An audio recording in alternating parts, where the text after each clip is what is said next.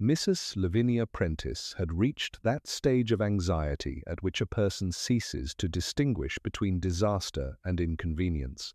To her mind, a badly folded program, a damp sponge cake, or a parishioner arriving in walking shoes for an evening function all belonged to the same moral category.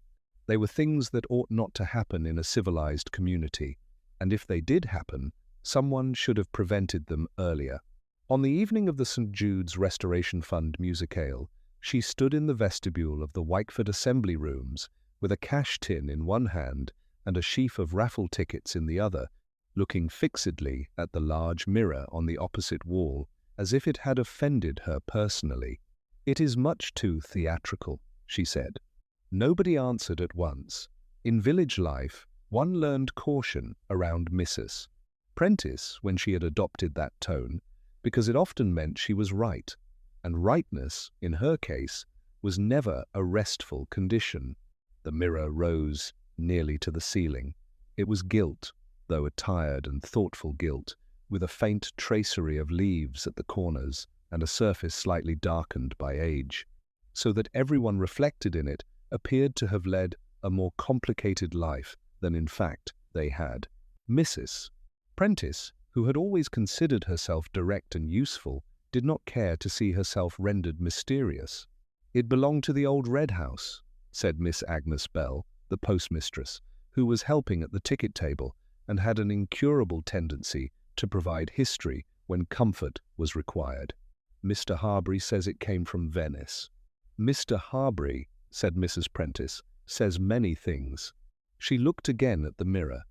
It had arrived that afternoon in the back of Mr. Clegg's van, wrapped in old blankets and accompanied by Mr.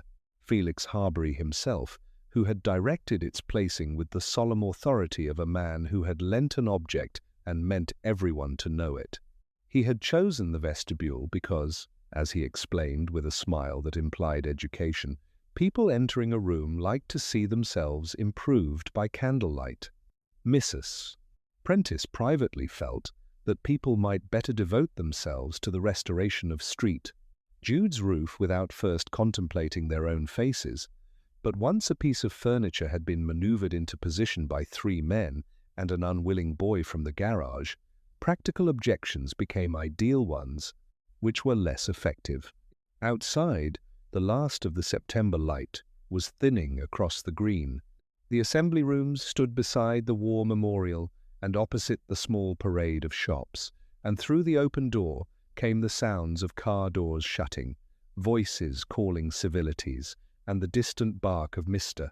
Peverell's terrier, which never approved of public events.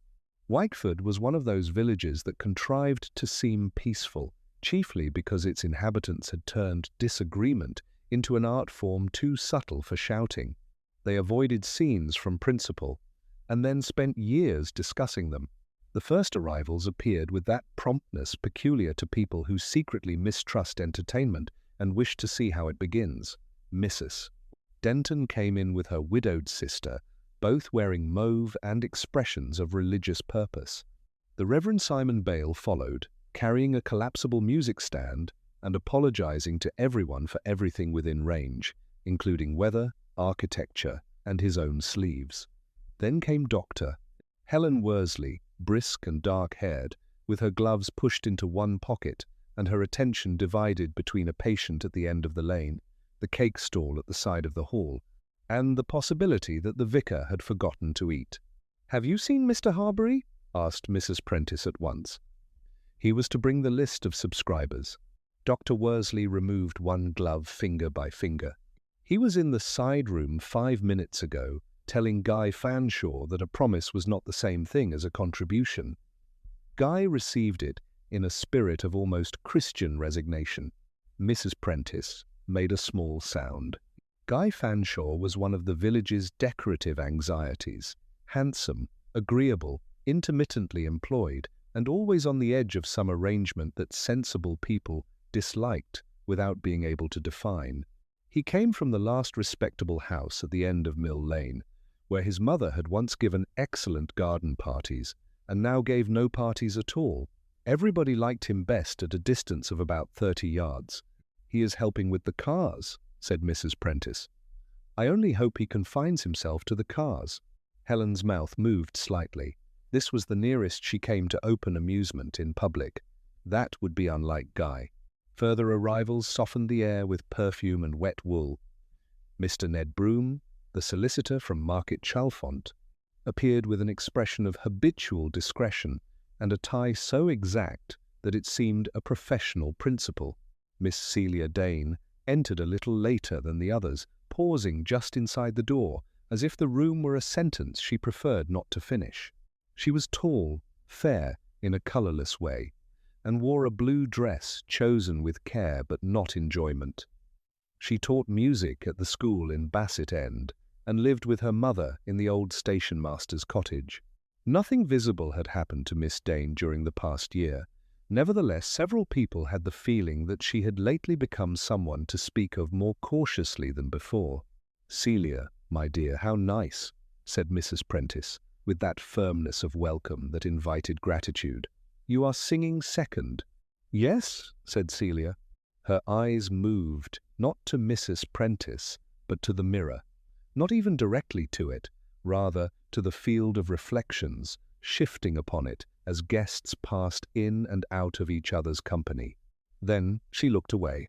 At 7:30, when the hall had filled, Mr. Harbury at last emerged from the committee room, carrying his own importance lightly, which is the heaviest way to carry it. He was in his early 50s, smooth-headed, agreeable in outline, and furnished with the sort of voice that suggested moderation while conveying advantage. He had moved to Wykeford 6 years earlier, after some career in London nobody entirely understood, and had since involved himself in everything that required a treasurer, a chairman, or a tactful objection. He gave money when money was needed, and advice when it was not. People thanked him for both.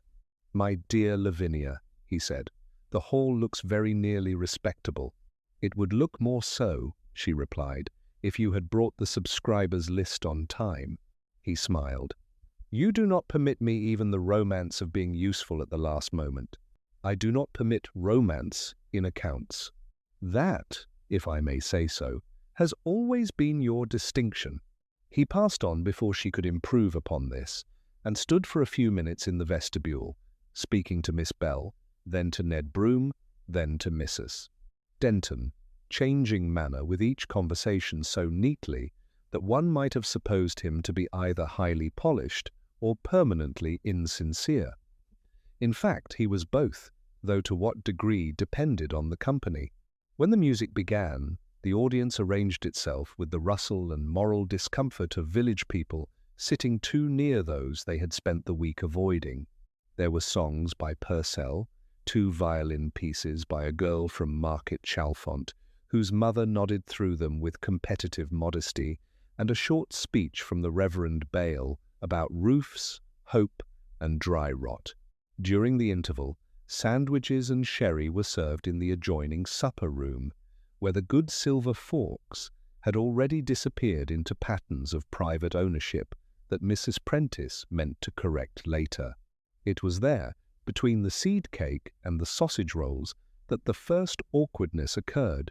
Mr. Harbury had just lifted his glass and remarked that Witchford, though not naturally generous, could on occasion be shamed into public virtue, when Miss Ursula Craddock, who was 82 and had survived 2 husbands, 3 rectors, and every known pressure to be tactful, said distinctly, "I hope that mirror's been cleaned since the blood." There was a pause of such excellent quality that nearly everyone heard it. Mrs. Denton looked offended on behalf of decency. Guy Fanshaw, leaning in the doorway, smiled at the ceiling. The vicar blinked. Miss Dane set down her plate without eating from it. Only Harbury retained composure, though his expression sharpened for the briefest instant, like a knife withdrawn and put back. "My dear Miss Craddock," he said pleasantly, "if you refer to local legend, I assure you the mirror has survived a century of embroidery." "Legend?" said Miss Craddock. "It was my aunt who found him." "Then history," said Harbury, and turned away. The conversation recovered itself, but not its ease. Villages enjoyed scandal in the abstract and disliked it when introduced before pudding. People drifted back toward the hall a little too quickly, carrying with them the sense that something had been hinted at which ought either to have been explained or not mentioned at all. Mrs. Prentice, hurrying after a tray that had gone wrong, saw in the mirror, as she passed not herself, but a different little scene assembled in its depth. Guy Fanshaw, standing close to Harbury, near the side corridor, Harbury listening without his smile. Celia Dane, half obscured by the palms, looking in their direction with a stillness more eloquent than surprise. It lasted no longer than the turning of a head. Then Guy moved aside. Harbury said something too low to catch, and the reflected picture broke into ordinary fragments of people. At 8:20, the second half began. At 8:32, the lights failed. There was nothing dramatic in it at first. The hall simply darkened, and someone in the back row said, "Oh," in the tone of a person whose pessimism had at last been justified. A child laughed. Somebody else dropped a program. The emergency lamps in the vestibule did not come on, which Mrs. Prentice later considered typical of modern regulation. In the dimness, the mirror held what light there was, and gave it back grudgingly. "Please remain seated," called the vicar, who had never successfully commanded anybody, but felt it best to begin somewhere. The darkness lasted less than a minute. Mr. Clegg from the garage, who understood fuses with a grim faith denied to theology, did something practical near the switch cupboard, and the lamps returned in a sudden whiteness that made everyone look temporarily guilty. There was a little clapping, more from relief than gratitude. Then Mrs. Prentice realized that Felix Harbury was not in the hall. She told herself not to be absurd. Men of his sort were always elsewhere at decisive moments. It was one of the ways they preserved their authority. Still, when the violinist's mother whispered that Mr. Harbury had been expected to announce the raffle winners, Mrs. Prentice felt the first thin touch of annoyance becoming alarm. She crossed the vestibule and opened the committee room door. For an instant, she noticed nothing except the smell of extinguished candle wax and the untidy row of account books along the table. Then she saw Mr. Harbury on the carpet beside the hearthrug, lying on his side with one arm folded under him, as if he had sat down too suddenly and forgotten to rise. Because Mrs. Prentice was a practical woman, she did not scream. She stood perfectly still, her hand on the door, and understood three things in immediate succession: that Mr. Harbury was dead, that this would be extraordinarily troublesome, and that the mirror in the vestibule, angled slightly inward from the wall, had a clear view of the committee room doorway. Behind her, from the hall, came the faint and civil sound of applause. It was one of Mrs. Prentice's more serviceable convictions that other people became foolish precisely when the need for sense was greatest. This opinion, while not charitable, had much to support it.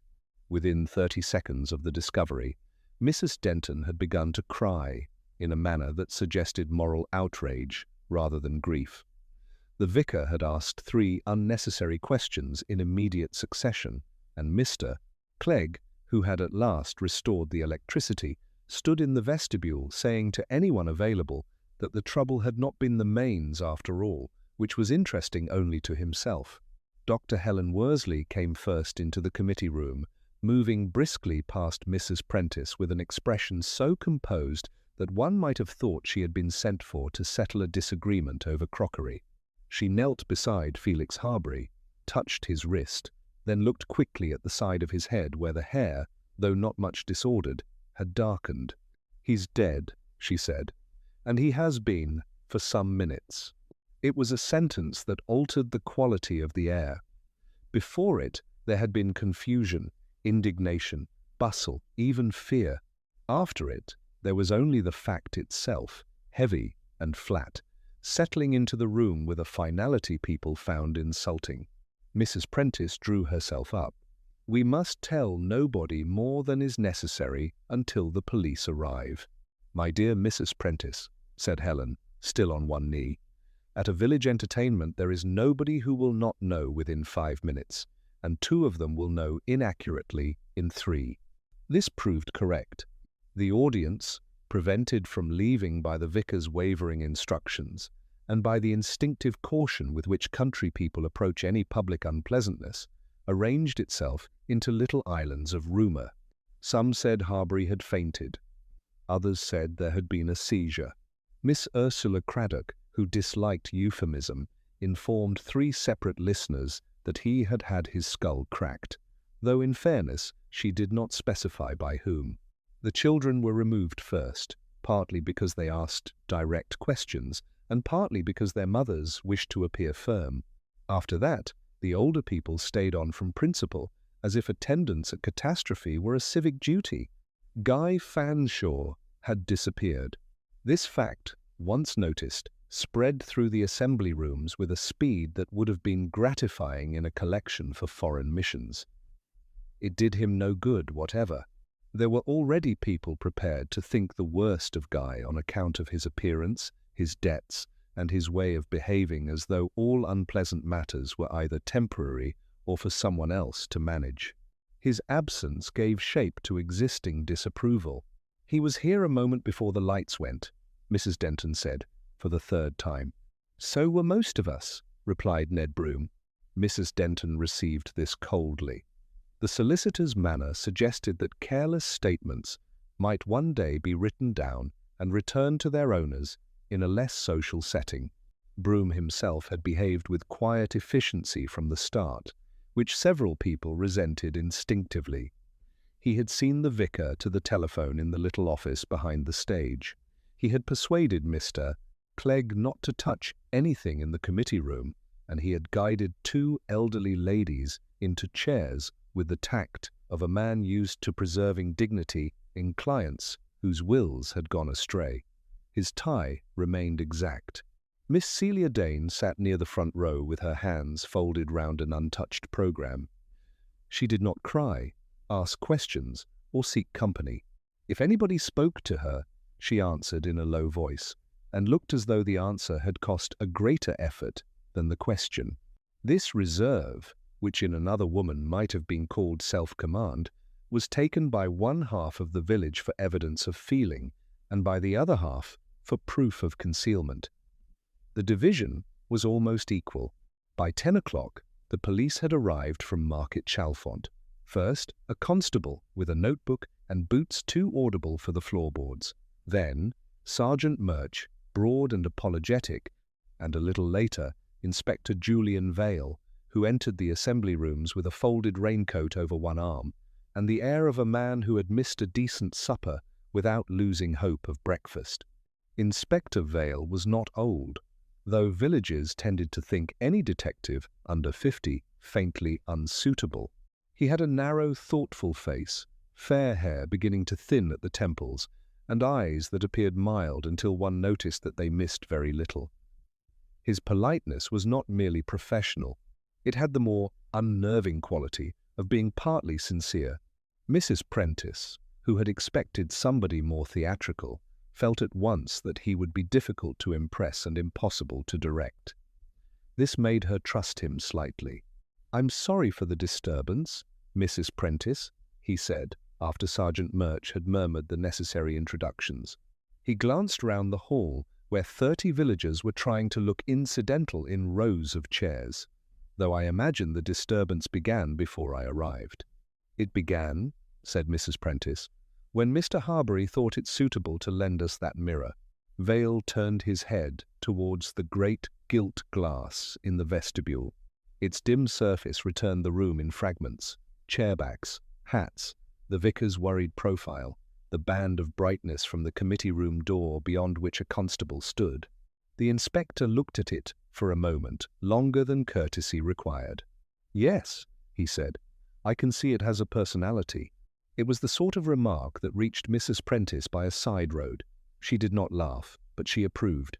He spoke to Helen Worsley next, and listened without interruption as she gave her estimate of death and described the injury.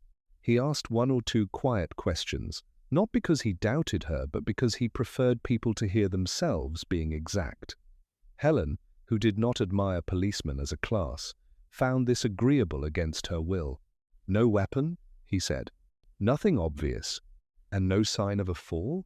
Not unless he contrived to strike his head with considerable purpose." Vale nodded. "People rarely do." When he had seen the body and spoken briefly with the constable guarding the room, he returned to the hall and surveyed the audience as if considering seating for a wedding. "I'm afraid," he said, "that I shall need everyone to remain a little longer. If you could stay where you are for now, we'll try to be as quick as possible." This was received with the particular expression villagers wear when told that necessity has overridden preference. Not rebellion, exactly, but a grievance stored for later use. The chairs, which had previously been occupied according to acquaintance, were now arranged according to suspicion, comfort, and the hope of hearing better than one ought. Mrs. Denton had migrated to within whispering range of Ursula Craddock, who was a mistake under any circumstances. Ned Broom remained by the side aisle, one hand in his pocket, detached and observant. The vicar had sat beside Celia Dane, perhaps from kindness, perhaps because no one else had. She stared at the stage curtains as though they contained an answer in poor taste. Inspector Vale asked first for a plain account of the evening. Who had arrived when Harbury had last been certainly seen, who had gone into the corridor during the interval, who had noticed the lighting failure. The questions were ordinary. The difficulty lay in the people. Villagers, though excellent at remembering ancient sleights and inferior jam, became curiously unreliable on points of sequence when murder entered the room. "I saw Mr. Harbury speaking to Guy Fanshaw," said Miss Bell. "Only I couldn't say what time." "After the sherry," said Mrs. Denton. "Before the sherry," said Miss Craddock. "In the vestibule?" said Vale. "No, by the palms, near the side corridor, rather closer to the door." These contributions overlapped like amateur harmony. Vale did not hurry them. He had the patience of a man accustomed to allowing facts to separate themselves from enthusiasm. He asked who had last seen Guy Fanshaw. This produced a silence so shaped that it was nearly an accusation in itself. Then the vicar said reluctantly, "I did, I think." He was near the entrance to the supper room while the second half was about to begin. He seemed restless. "Guy generally does," said Ursula Craddock. Mrs. Denton made a little protest. "Really, Ursula? My dear, if we are to have murder, we may at least have candour." Vale's mouth altered very slightly. It was not a smile. It was the memory of how one might smile elsewhere. "And Mr. Fanshaw left before the lights failed." "I couldn't swear to it," said the vicar. "No," said Celia Dane suddenly. Everybody turned. Her face had not changed, but her hands had tightened on the program until the paper bent between her fingers. She looked not at the inspector but at some point beyond his shoulder, as if speech was easier when not addressed to a person. "He was still there after the lights went out," she said. "Or I believed he was. Someone brushed against my chair. I thought it was Mr. Fanshaw because he had been standing behind that row earlier." The hall absorbed this with interest. Mrs. Denton's eyes brightened almost indecently. Ned Broom looked towards Celia with a sharper attention than before. "You're not certain?" said Vale. "No, it was dark." "Thank you, that matters." Celia gave the faintest nod, then subsided again into stillness. "What about you, Miss Dane?" he asked after a moment. "Did you speak with Mr. Harbury this evening?" The question was mild. The effect was not. Celia hesitated. "Only briefly." "Before the program began?" "Yes." "Anything of importance?" She looked down at the crushed program in her hands. "Not to anyone else." It was an answer that caused three separate people to breathe differently. Inspector Vale let the silence remain just long enough to become uncomfortable, then turned to Sergeant Murch and asked for the list of names already taken at the door. The movement released the room, though not its anxiety. He seemed, in that instant, to have learned something and set it aside rather than use it. Mrs. Prentice, who respected reserves when they were competently held, thought that perhaps he had not missed his supper to no purpose. In the vestibule, the great mirror gathered the hall again and offered it back under another aspect. Seen there, everyone appeared farther apart, more self-contained, and a trifle less innocent. Inspector Vale, pausing beside it, glanced not at his own reflection, but at the committee room door behind him. "Sergeant," he said quietly, "tomorrow I should like the seating plan, a list of subscribers, and a proper account of that lighting failure. Villages are extraordinarily fond of saying where they were, much less so of why." Then he turned back to the waiting rows of Witchford and began, with grave courtesy, to decide who should speak next. By 9:30 the next morning, Wykeford had divided the murder into 3 acceptable forms: the regrettable, the improbable, and the not entirely surprising. Which version a person preferred depended less on evidence than on temperament. The regrettable was favoured by the vicar and all who still believed that grave events ought to improve people. The improbable had a following among those who liked village life, chiefly because nothing ever happened in it and were unwilling to revise the arrangement. The not entirely surprising, while publicly discouraged, flourished behind garden gates, over bacon, and at the post office counter.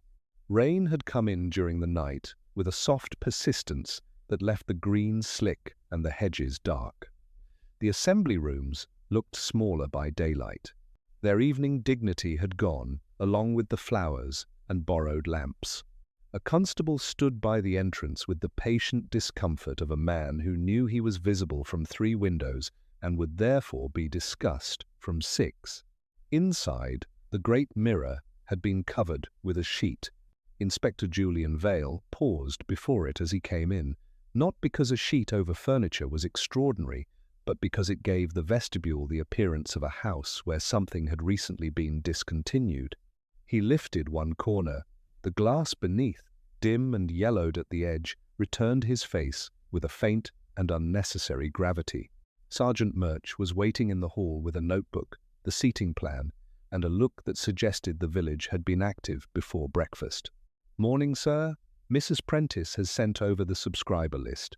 Also 3 opinions, none of them asked for. Mr. Clegg says the fuse box wants looking at by a qualified man, which I suppose means someone from outside his family, and Guy Fanshaw turned up at 8 this morning." Did he indeed? Vale let the sheet fall back over the mirror. Voluntarily? He came home. Constable Reed was there already. "Good. We'll want him later. What have we from the lighting?" Murch consulted his notes. Temporary loss from the hall lights only. The switch cupboard had been interfered with, though not skillfully. One fuse was loosened rather than blown. Clegg says it could have been done in seconds, by anyone who knew which bit to touch, or who was willing to experiment in the dark. Vale nodded. There was very little drama in a loosened fuse, which made it more attractive than some alternatives. Murder committed amid fireworks always disappointed him slightly. It gave the criminal too much to hide behind. He spent the next 20 minutes in the committee room, standing first where Harbury had fallen, then at the doorway, then in the vestibule looking at the doorway through the mirror. A reflection, if properly placed, could offer a person the convenience of seeing without appearing to do so. This was not an unusual pleasure in village life. People often watched one another indirectly. It preserved manners. The room itself remained stubbornly ordinary. Account books on the table, a tray with glasses not yet collected, one chair a little out from the wall, no sign of struggle beyond the final fact. The hearthrug lay slightly turned where Harbury's shoulder had caught it. Vale bent and straightened it with the toe of his shoe, then looked at it as if it had answered him inadequately. Mrs. Prentice arrived just before 10, carrying a basket that implied she had come for practical reasons and not from irresistible curiosity. It contained sandwiches for the police, though she announced at once that they were not meant as a criticism of police provisioning generally. One cannot expect systems to think of luncheon at the proper time, she said, though one may wish to. That is extremely kind, said Vale. It is not kindness, it is foresight. I shall value it as both. She gave him the seating plan with each row labelled in a hand of such severity that it seemed to rebuke uncertainty itself. I have also noted who moved during the interval, she said. Not all of them, because people are restless over sausages, but enough. That may be very useful. She looked at the sheeted mirror. I told them to cover it. I do not see why an object should continue to participate merely because it is decorative. Did many people know the old story attached to it? Old stories attach themselves to anything large and imported. If you mean the business at the Red House, yes, a number of people would have heard some version, not the same version, naturally. Would Mr. Harbury have encouraged that? Mrs. Prentice considered. He encouraged whatever made him appear interesting at moderate cost. There was no malice in this. She had disliked Harbury without ever quite withdrawing cooperation, which was the village equivalent of intimacy. You thought him theatrical, said Vale. I thought him organized around effect, which is not the same as vanity. It is a more laborious form of it. Vale thanked her and asked, almost as an afterthought, whether Harbury had enemies. My dear Inspector, said Mrs. Prentice, he had a committee. At the post office later that morning, Miss Agnes Bell sold stamps with an air of pained responsibility, as though the imperial system had become personally demanding. News had made business brisk. People who had no earthly reason to post a letter had found one. Mrs. Denton was purchasing writing paper she did not need. Mr. Peverell had come in for tobacco and remained for atmosphere. 2 schoolgirls lingered over sweets in the hope of hearing a name.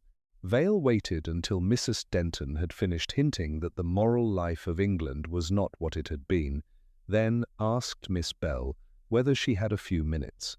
She led him to the little sorting room behind the counter, where pigeonholes of envelopes rose like a wall of mild obligations. I've never known such a thing, she said at once, which was untrue but emotionally accurate. Not here. You knew Mr. Harbury fairly well as one knows anybody who says my dear Agnes is too often. He was agreeable, helpful, particular. Particular in what way? Miss Bell's face suggested that particularity in others had been one of life's recurring inconveniences. He liked arrangements to remain where he had placed them. People, too, if possible. Vale let that sit a moment. Did he and Miss Dane know each other long? The postmistress's hands, which had been squaring a packet of registered forms, became still. They were acquainted. That sounds carefully chosen. In a village, said Miss Bell, one chooses words, or one spends half the year explaining them. Very prudent. She coloured faintly, not from embarrassment, but from being taken seriously. I only mean, she said, that he took an interest in her mother's affairs after Mr. Dane died. Advice, subscriptions, that sort of thing. He could be generous. People then suppose that generosity gives them a position. Sometimes it does. Did Miss Dane encourage his interest? I should not say so, but others might. Miss Bell gave him a quick look and then away. Others say many foolish things when a woman is quiet.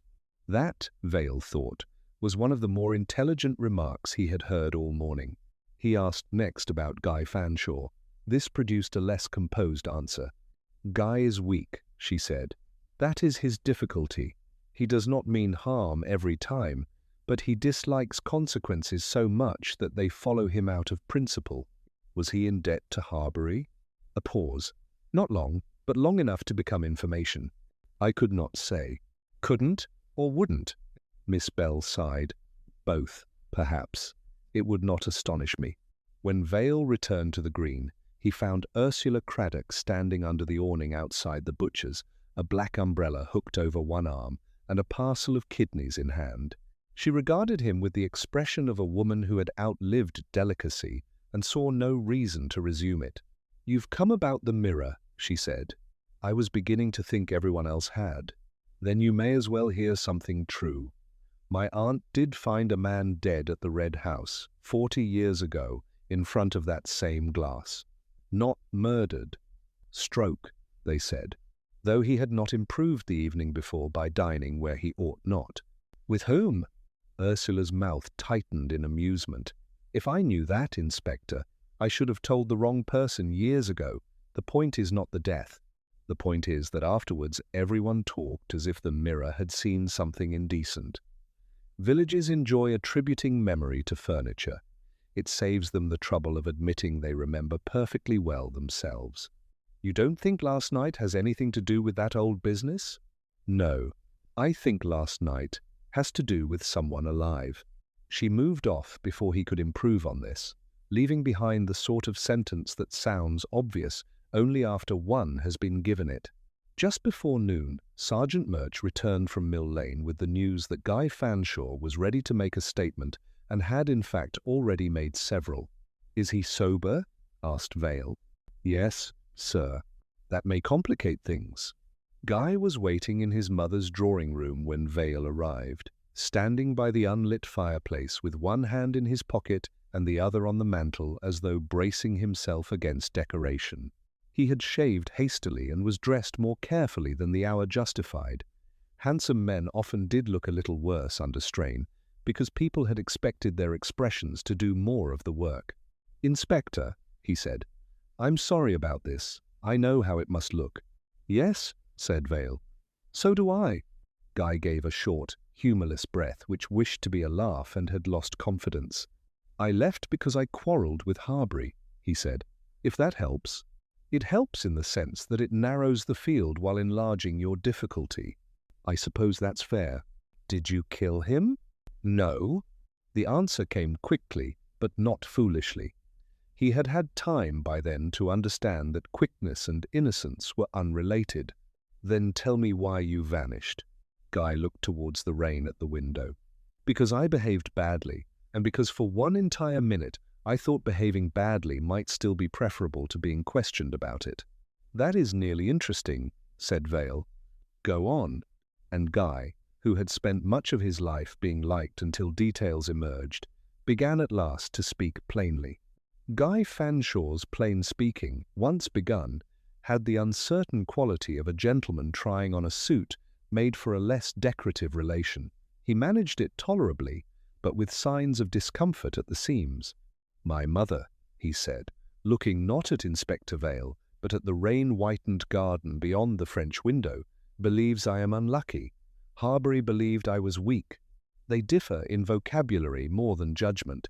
Mrs. Fanshaw herself was upstairs with a headache and instructions not to be disturbed unless the house caught fire or the bishop called." Vale suspected she would have preferred the fire. "You quarrelled with Harbury," he said, "about money?" "In a sense." "Which is to say, yes." Guy gave a short sigh, ran one hand over his hair, and seemed to arrive reluctantly at honesty. Harbury had, it appeared, advanced him money more than once during the past year. Small sums at first, then sums too large to remain invisible. They had been dressed up as convenience, friendship, temporary assistance between arrangements. Harbury had always spoken as though generosity were a sign of good management and gratitude, a form of clerical duty. "He never threatened precisely," Guy said. "He only arranged matters so that one understood how much could be made awkward." "What did he want?" Guy smiled without pleasure. "From me? Improvement, perhaps, or obedience. He liked to think himself useful in other people's lives. That is a common vice. This went rather beyond a vice." "Explain." Guy hesitated again, and Vale saw that the hesitation was not fear for himself alone. A second person stood somewhere behind it, not yet named. "He had formed views," Guy said at last, "about what would be best for me. He thought I ought to marry sensibly." Vale waited. "And by sensibly," Guy added, "he meant profitably, discreetly, and in a direction approved by him." "You refer to Miss Dane?" Guy turned sharply. "Everyone does, apparently." I asked the question. "No," said Guy after a pause. "Not in the way people mean it." This was one of those answers which remove little and suggest much. Vale let it pass for the moment. Men in Guy's position frequently preferred ambiguity because they mistook it for protection. What happened last night? Harbury cornered me in the side corridor during the interval. He said he was tired of waiting. There were papers to be signed, something to do with my mother's place and a piece of land at the far end, though he put it in terms of financial rescue and family prudence. I said I would not be pushed. He made a face. Not a novel sentiment, perhaps, but sincere. You raised your voice? Enough for him to lower his. Then, he told me I was making a fool of myself over a woman who would not have me. That had the sound of a sentence repeated exactly because it had not ceased being irritating. And did Miss Dane hear this? I've no idea. Half the village hears everything except what concerns it. Guy said he had left the building shortly before the second half, walking out by the side entrance and round to the lane behind the hall to smoke and improve his temper. He had remained there when the lights failed. Then, seeing movement inside and deciding with extraordinary swiftness that nothing good could come of his reappearance, had walked home across the churchyard path. It was cowardly, he said. I know. Yes, said Vale, but cowardice is not murder, not reliably. When he left Mill Lane, he did not go at once back to the station. Instead, he turned towards the assembly rooms. Rain had eased into a fine, undecided drizzle, the sort that persuaded English people to deny it was raining at all. The village seemed occupied but watchful. Curtains shifted with admirable restraint. A bicycle leaned outside the bakery for longer than any purchase of buns required. At the hall, Sergeant Murch was waiting with news that the room above the stage, the small upper committee room, seldom used except for parish records, old scenery, and sentiments about drainage, had yielded something interesting. Not much, merely a view. Vale followed him up the narrow side stair, which smelled of dust, polish, and past amateur theatricals. The upper room had a sloping ceiling and one deep window looking down over the rear approach and part of the lane. Old programs were stacked in a tea chest beneath a portrait of a former benefactor who had given money to the hall in 1911 and looked surprised ever since. From the window one could see the side entrance clearly. One could also see anyone choosing to stand in the shelter of the yew hedge beyond it. Vale stood there a moment. He might have gone out exactly as he said Murch. He might, or someone else might have seen him do it. Yes, on a small side table beneath the window lay a thin pasteboard folder of music programs, a broken pencil, and a cigarette end crushed carefully into an empty flower pot. The cigarette was recent enough to matter. Mrs. Prentice would never have permitted smoking in that room during preparations, not even by a donor. Vale bent over it. Who uses this room? Not many. Bale keeps old records here. Mrs. Prentice says the key's usually on the nail downstairs. During events, people go in and out if they're looking for cushions, hymn boards, extension leads, or something they shouldn't have stored there in the first place. Vale glanced again from the window. The angle was useful without being conspicuous. A person standing there during the interval could observe who went out, who returned, and whether anyone lingered in the lane. Let's find out, he said, who had occasion to admire the weather from here. The answers, when they came, were various in motive and united only in inadequacy. The Reverend Simon Bale admitted to going upstairs before the program began in search of a box of printed hymn sheets that had not, in the event, been needed. He had found only old scenery flats and a dead moth. Mrs. Denton had sent her sister up during the interval for extra raffle stubs, though the sister could not remember whether she had reached the room or merely intended to. One of the schoolgirls said she had hidden there the previous week to avoid needlework. Mr. Clegg had never been upstairs in his life and spoke of the matter as if any upper story not containing an engine were morally suspect.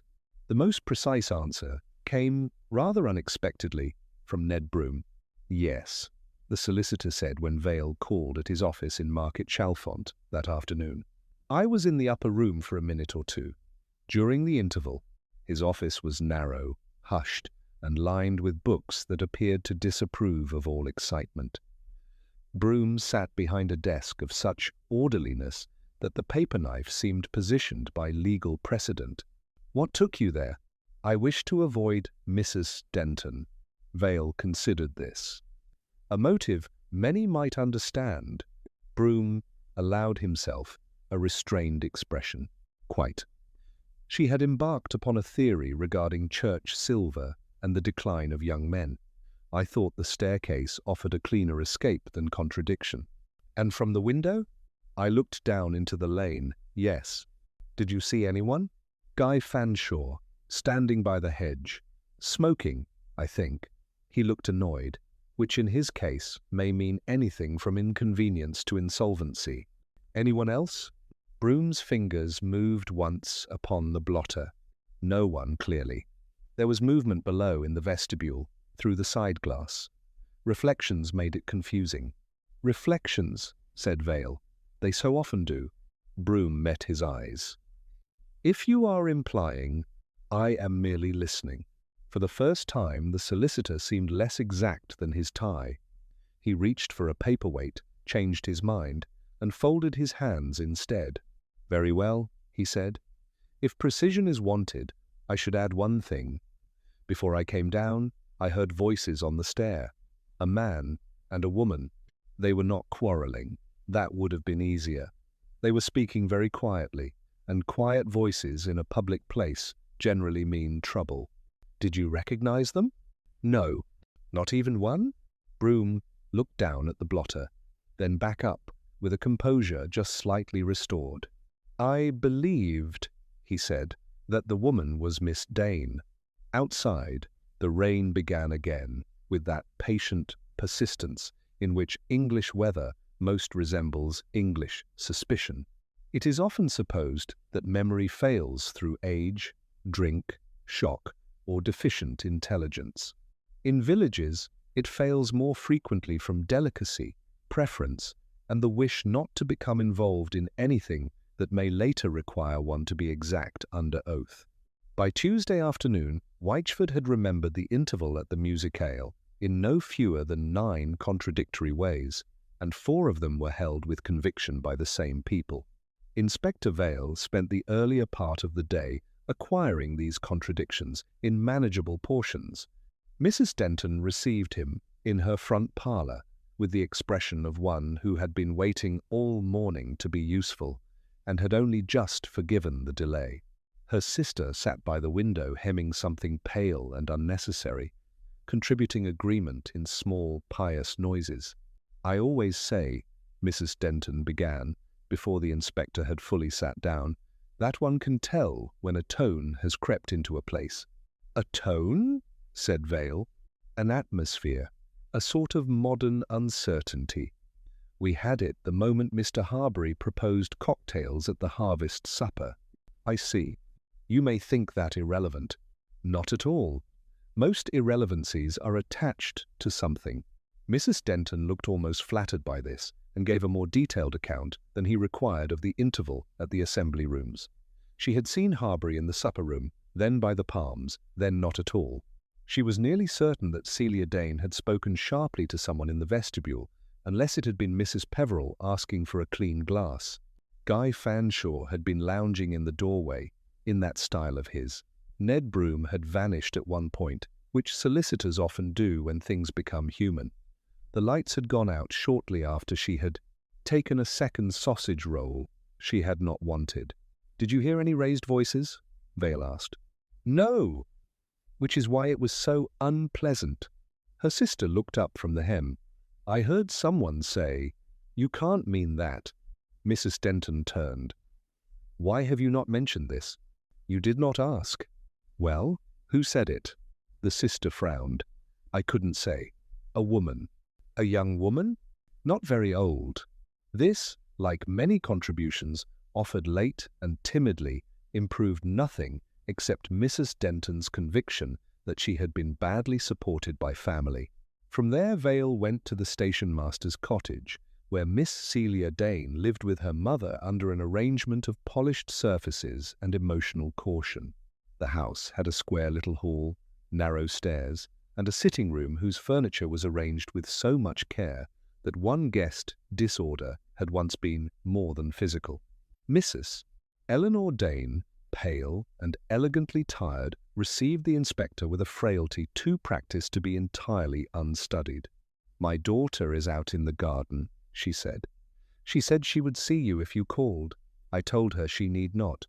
There is no kindness in public curiosity." "I'm afraid I'm here on behalf of a less decorative institution," said Vale. Mrs. Dane's mouth moved faintly. "Then you had better go through the French window. She dislikes being fetched." Celia was on the far side of the small lawn cutting dead roses into a basket.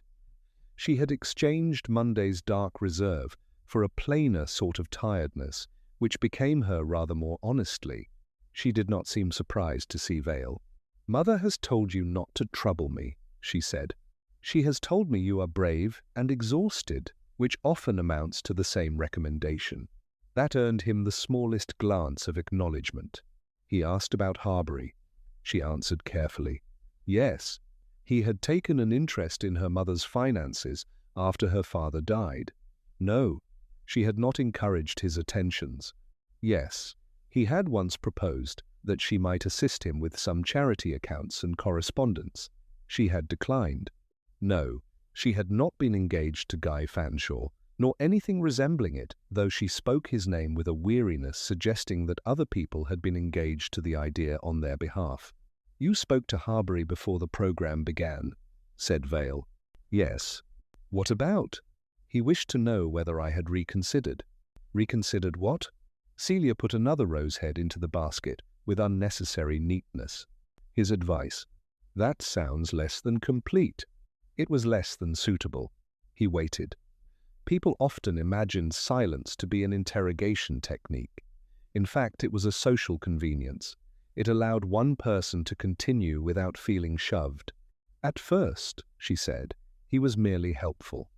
Then he became intimate in the way some men do when they have been useful and believe usefulness to be a kind of claim.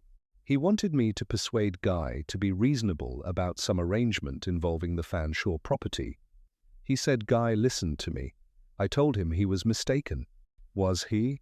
She looked up sharply. "Yes." "Did Harbury accept that?" "No. Mr. Harbury accepted very little that inconvenienced him. That had the shape of truth, though not yet its whole weight." "And during the interval?"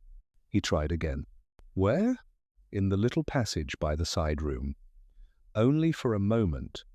He said if Guy would not listen to prudence, he might listen to embarrassment."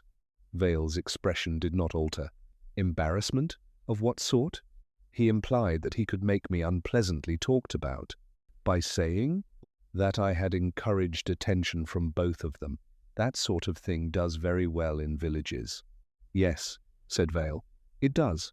She stood quite still now, the secateurs idle in her hand. "I did not kill him," she said. "Many innocent people feel compelled to say so before being asked. It is one of the disadvantages of innocence." "Do you believe me?" "I rarely answer that question usefully." Something very like impatience crossed her face, then was gone. "I left him there," she said. "I came back into the hall. Mrs. Denton's sister may have heard me say, 'You can't mean that,' if she heard anything at all. After that I sat down. When the lights went out, someone passed behind me. I told you that." "Yes. It was not Guy." "Why are you sure now?" "Because Guy smells of cigarettes and rain and a sort of good tailoring gone wrong. This was neither." That, Vale thought, was as vivid a description as any woman in Wykeford was likely to permit herself. When he left the cottage, Sergeant Murch was waiting by the gate with a notebook and news from Market Chalfont.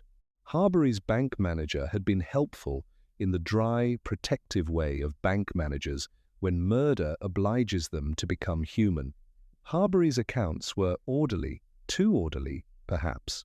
There had been transfers between his personal funds and several trust arrangements in which he acted as advisor or executor. Nothing manifestly criminal, nothing comfortable. "Also," said Murch, Mr. Broom telephoned. Says he forgot something. Lawyers hate forgetting. What was it? He remembered that when he was upstairs in the room above the hall, he saw someone come out of the committee room before the lights failed. Couldn't identify them then, he says, because of the angle and the mirror. Thinks now it was a woman. Vale stopped by the gatepost. Thinks now? That's what he said, sir. Convenient. Why a woman? Dark skirt, slighter build, moved quickly. Many men move quickly when money is concerned. Murch allowed himself a brief sound, which might have been agreement. Anyone else remember late? Vale asked. As a matter of fact, yes. Miss Bell sent word. Says one of the church flower ladies, Mrs. Toller, now recollects seeing Broom himself near the committee room door during the blackout. During the blackout, repeated Vale. Not before. That's right. They stood a moment in the lane while a bicycle bell rang somewhere beyond the hedge, absurdly cheerful. Sergeant, said Vale at last, I begin to think the village does not remember badly by accident. They are remembering in self-defense. Each of them is telling us the version that leaves their own judgment intact. Meaning, sir? Meaning they would rather be wrong about where they stood than right about what they overlooked. He glanced back towards the cottage window, where Celia's mother had taken up a position from which she could not quite be said to be watching. Let's speak to Mr. Broom again, he said. A second memory is often more revealing than the first, particularly when it improves with rehearsal. By Wednesday, the rain had achieved that social authority peculiar to English weather, when it has persisted beyond novelty and become instead a grievance with legal standing. The tennis court behind the Red House shone under it like a polished accusation. Once it had been the pride of a former owner who had believed in exercise for others. Now the net sagged. The white lines had faded to a doubtful cream, and damp leaves lodged at the edges with the tenacity of old scandal. Inspector Vale stood at the gate, while Sergeant Murch, who had no affection for ornamental property, regarded the place with practical distrust. I still don't see why anyone would come out here in that weather, said Murch. Because, said Vale, people often choose the least comfortable place available when they wish a conversation not to be overheard. It gives privacy the appearance of sacrifice. The Red House belonged now to a retired manufacturer named Lascelles Prynne, who spent most of his time in Bath and the remainder in writing letters to newspapers about standards. The Mirror had come from one of the upstairs reception rooms during his latest phase of reduction. Mrs. Prentice, learning that the inspector intended to inspect the house, had described Mr. Prynne as rich enough to be disappointing and lonely enough to collect objects. The caretaker admitted them through a side entrance and led them, with sparse enthusiasm, through passages that smelt of beeswax, shut windows, and expensive neglect. The house had the air of a place in which other people's lives had once been more interesting than the present owners. Portraits looked down with hereditary impatience. Chairs stood against walls too delicately to be used. In the front drawing-room, the absence of the mirror left an oblong shadow on the wallpaper, as if a presence had been removed but not resigned. It was here till last week, the caretaker said. Mr. Harbury arranged the loan for the concert, said it would lend distinction. Did he come often? Vale asked. Often enough. He and Mr. Prynne had business over the estate papers, insurance, valuations, that sort of thing. Did Mr. Harbury ever mention the old story about the mirror? The man shrugged, only to laugh at it, though he laughed in a way that made you think he preferred other people not to. Outside, beyond the clipped yews, the tennis court lay at the end of a short gravel path bordered by rhododendrons. Vale walked there without haste, looking not at the ground first, but at the relation of things, the shelter of the shrubs, the blind angle from the house, the small pavilion with its peeling green paint, the sort of place where one might say something unpleasant and trust the rain to discourage witnesses. The pavilion door was not locked. Inside there were two wicker chairs, a cracked enamel jug, and an old scoreboard on which some dead summer still stood at 15 Love. The place had recently been used, not yesterday perhaps, but not in memory either. A cigarette packet lay in the corner. There were no cigarettes in it, but there was a folded piece of paper. Vale opened it. It was not a letter, only half a sheet from some solicitor's file, with figures noted on one side and, on the other, 3 names in Harbury's handwriting: Guy Fanshaw, Eleanor Dane, F. Harbury himself. Beside the names were amounts, none especially large, yet of a kind sufficient to embarrass rather than enrich. At the bottom was written, in smaller hand, "After Michaelmas." Murch looked over his shoulder. Loans? Possibly. Or obligations dressed as them. Why leave it here? Because it dropped here, or because someone wanted it found where it explained too much and too little? The rain tapped steadily on the pavilion roof. Vale folded the paper again and put it in his pocket. From the Red House they drove to the vicarage, where the Reverend Simon Bale received them in a mackintosh and gardening gloves, having mistaken drainage for exercise, and lost. He was a kind man, with the apologetic stoop of one who had spent years being blamed for flower rot, hymn choices, and God's distribution of weather. "I'm afraid," he said, ushering them into the study, "that I have not been very useful." "That depends," said Vale. "Useful to whom?" The vicar blinked at this, and offered tea with the anxious gratitude of a host whose best hope was distraction. His study contained books on theology, local history, and parish finances, arranged as though they had been shelved by successive temperaments. On the desk lay the printed order of the musicale and a stack of unpaid invoices bound with string. Vale asked first about the upper room at the hall. Yes, the key had been on its usual nail by the stairs. No, he could not say who had used it during the interval. He himself had gone in before the programme to look for hymn sheets. During the interval, he had been detained by Mrs. Denton on the subject of secular songs and by Mr. Peveril on the subject of chairs. "And Mr. Harbury?" Vale asked.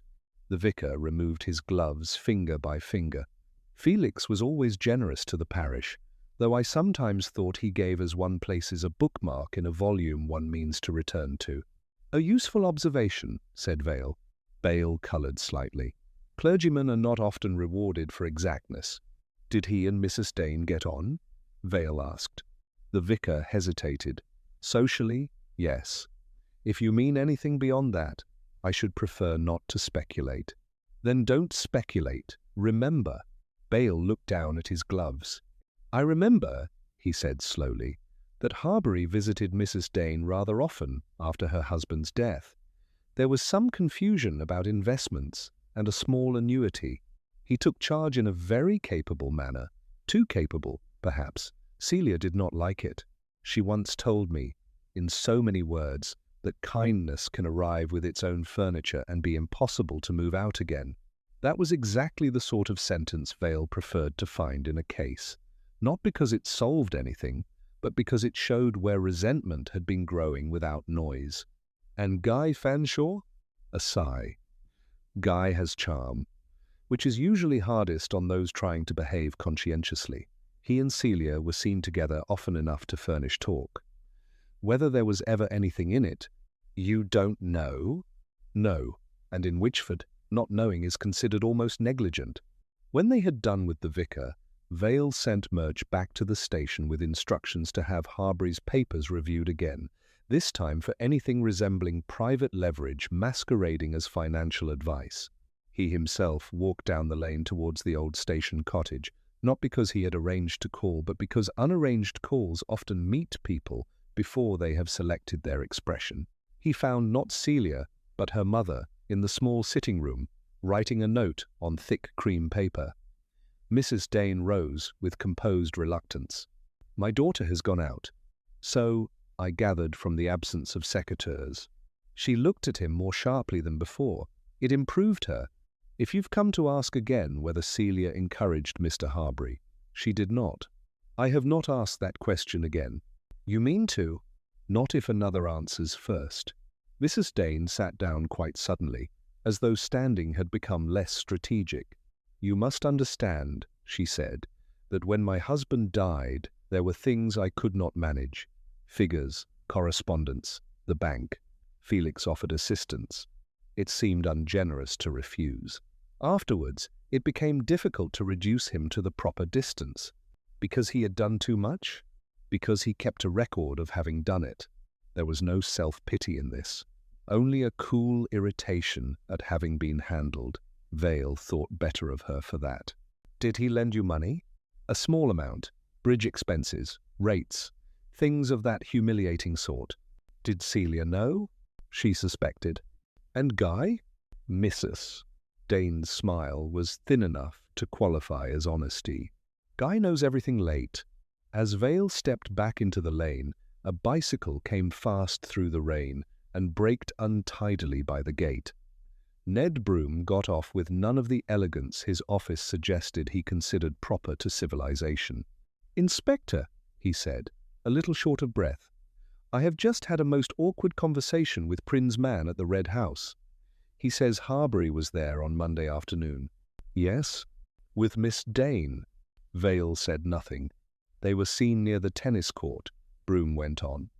"The fellow only remembered because of the weather. He thought them both mad." "That is useful." Broom removed his gloves with more force than necessary. "There is one more thing. Harbury drafted a trust alteration last month, connected with the Fanshaw land. It came through my office for witnessing, though not from me. I thought it irregular then, and more so now." "What sort of irregular?" "Contingent control," said Broom. "Money advanced against default, coupled with advisory rights that were not advisory at all. Harbury would effectively have had his hand on both properties. The Fanshaws and the Danes." "Yes?" Rain ran off the brim of the solicitor's hat and down onto his exact shoulders. He looked offended by the sky, by Harbury, and perhaps by something in himself. "Why tell me this now?" said Vale. Broom's face changed very little, but enough. "Because yesterday," he said, "I still hoped it might be irrelevant. Today I begin to think irrelevance is the one thing this village cannot afford." He mounted his bicycle again and rode off less neatly than he would have wished, leaving Vale in the lane with the rain, the gate, and a new arrangement of motives that was beginning to look less accidental than polite society generally allowed. By Thursday, Wychford had resumed its ordinary occupations with the determined imprecision of a household pretending not to hear a door slam upstairs. Bread was bought, dogs were exercised, roses were dead-headed, and every one of these activities was conducted within conversational distance of the murder. It is among the village virtues to preserve routine at all costs, chiefly because routine provides cover for curiosity. Inspector Vale had just finished a discouraging exchange with Harbury's clerk in Market Chalfont, a young man who knew where every receipt was filed, and nothing at all about why human beings did what they did with them when a note was brought in on heavy cream paper. Mrs. Honoria Fanshaw presented her compliments and would be at home between 4 and 5 if Inspector Vale wished to spare her household further public nonsense. Vale read it twice. It was not often that invitations managed to combine hauteur, desperation, and good paper. He went. The Fanshaw house, at the end of Mill Lane, had the melancholy dignity of a place built for income that had later become memory. Ivy climbed where gardeners no longer did. The drawing-room curtains had been mended by someone competent and poor. Inside, however, there remained that English determination to maintain standards beyond solvency. Silver polished within an inch of reproach, books repaired rather than replaced, flowers from the garden set out as if one had chosen modesty.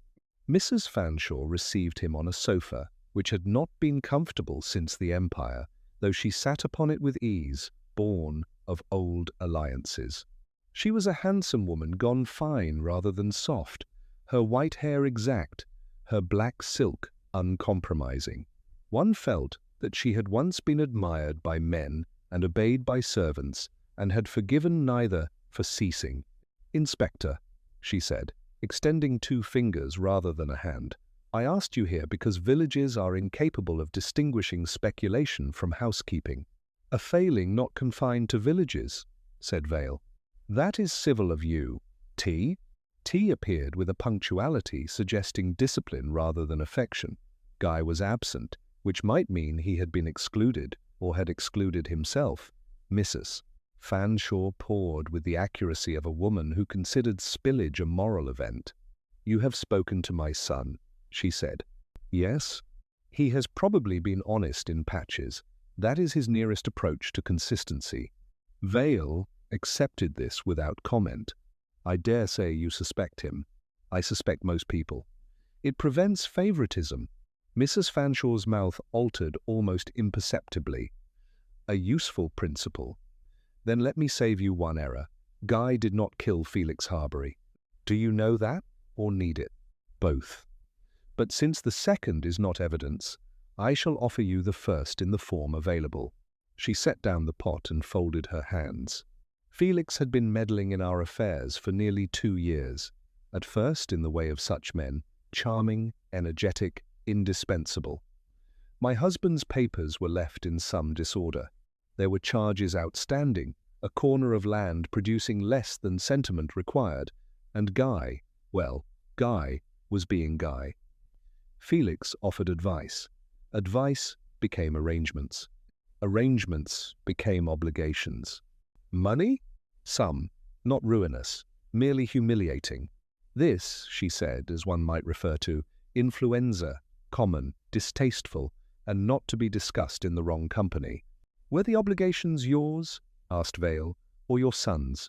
My dear Inspector, in families such as ours, the answer is always both, and each is annoyed with the other about it.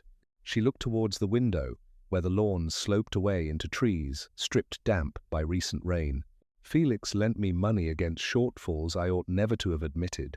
Later he advanced Guy funds he ought never to have requested. The sums themselves scarcely matter. What mattered was that Felix acquired a habit of behaving as if gratitude gave him tenancy in our lives. That seems to have been one of his methods. It was his character, she said coolly. Methods are usually taught. Felix's came naturally. Vale stirred his tea, though it required nothing. Mr. Broom tells me Harbury was arranging some rather irregular control over the Fanshaw land. Mrs. Fanshaw did not start. Women of her kind had spent too long in drawing rooms to offer information to surprise. Yes, there was to be a trust variation, temporary, naturally. Temporary things are the English way of making permanent theft respectable. Did you agree? I listened. Felix always counted listening as progress. And Guy objected from vanity at first, then from instinct. He is weak in management and sometimes excellent in alarm. That, thought Vale, was rather better for Guy than anything his mother had likely said to him in years. Mrs. Fanshaw rose and crossed to a bureau. From it she took a folded sheet, held it a moment, then gave it to him. It was a copy of Harbury's proposed arrangement, dense, courteous, and quietly ruinous. Buried in its clauses lay the power to advise on sale, leasing, access, and improvement over the strip of Fanshaw land bordering the Red House fields. Why show me this now? Vale asked. Because Felix is dead, and a dead man's paperwork becomes everyone's business. Was there any immediate quarrel over it on Monday? Yes. Felix came here that afternoon.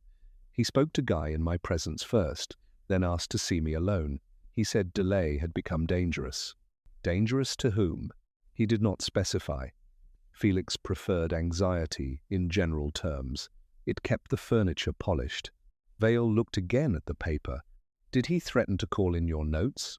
He implied exposure. That is more efficient in villages.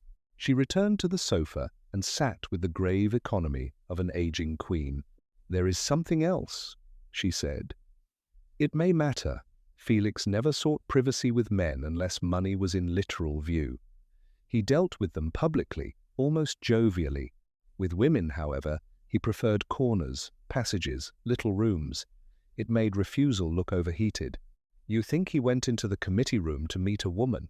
I think Felix would not have chosen that room unless he expected either gratitude or distress.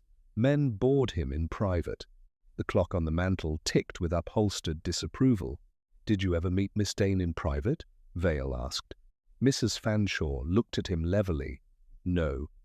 I have spoken to her at fetes and funerals, which is as near intimacy as Witchford generally allows. And did you want Guy to marry her? For the first time, something like genuine feeling crossed her face, not scandal, but a sort of ancient irritation at being offered the wrong subject. Want? She repeated. Inspector, I wanted Guy to become a civilized adult. Marriage was only one of several improbable routes. The answer pleased him, though he did not show it.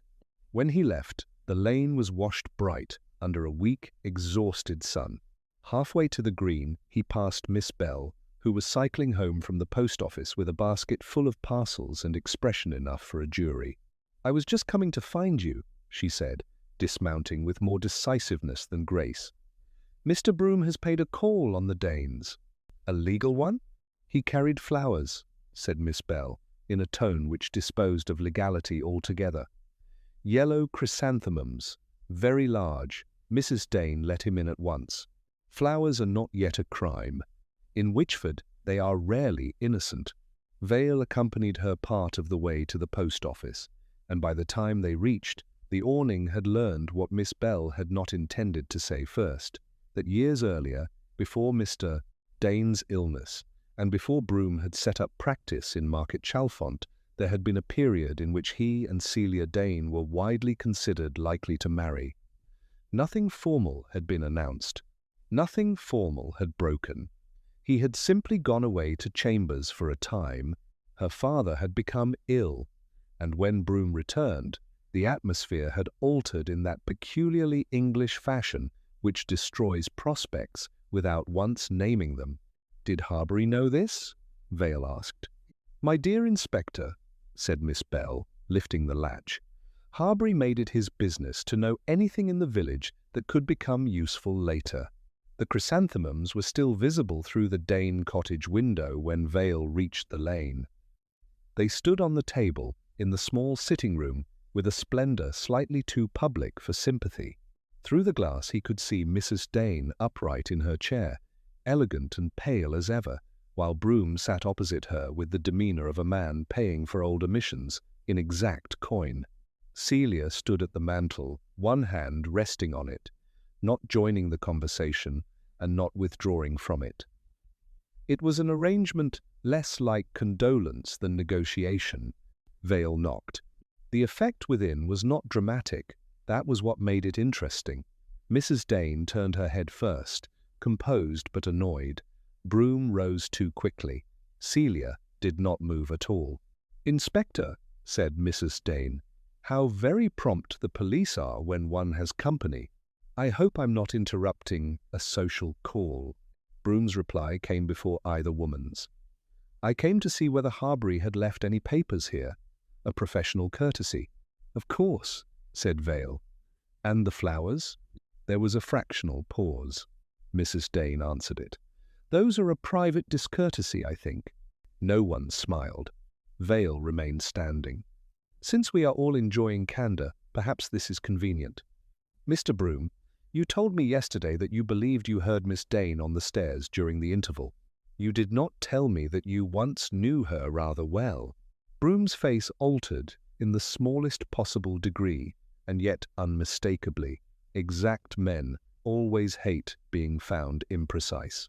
I did not consider it relevant. That is a common professional disease. Celia spoke then, her voice low but perfectly steady. Ned came because my mother sent for him. Broom looked round at her sharply. Mrs. Dane closed her eyes for one brief second, as if some anticipated untidiness had at last obliged itself. I did, she said. Since Felix handled certain matters badly, I thought it prudent to consult someone who once handled them honestly. Today? Said Vale. No, said Mrs. Dane. On Monday. I asked Ned to come on Monday evening after the concert. He never arrived. The room became very still indeed. Broom did not look at anyone now. "I intended to," he said, "after the interval." "Why didn't you?" asked Vale. Broom's hand, resting on the back of the chair, tightened once. "Because," he said, "while I was in the room above the hall, I saw Felix Harbury leave the committee room and then go back in again with someone else." "Who?" Broom lifted his eyes at last. "I thought then it was Guy," he said. "Now I am no longer certain." No one in the room seemed to breathe quite naturally after that.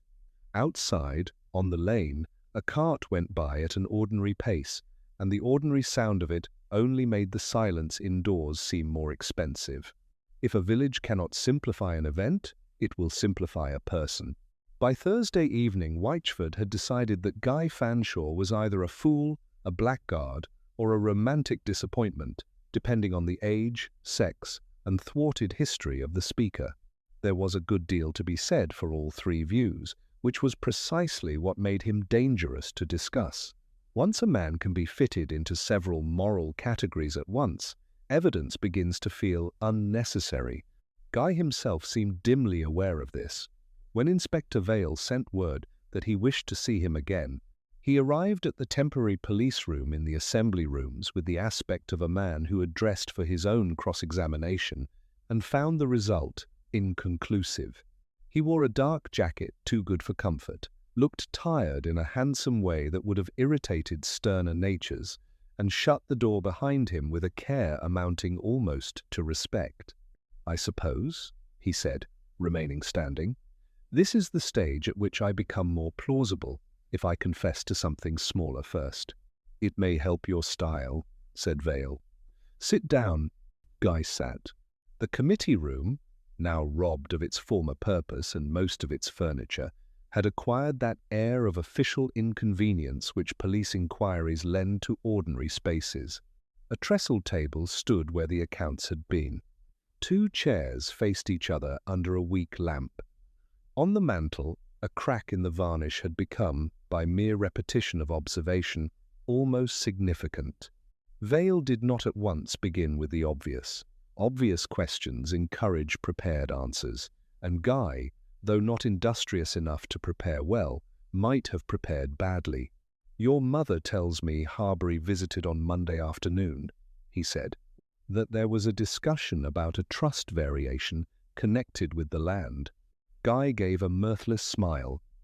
"Discussion is a noble term for being told one's family ought to be grateful while surrendering things."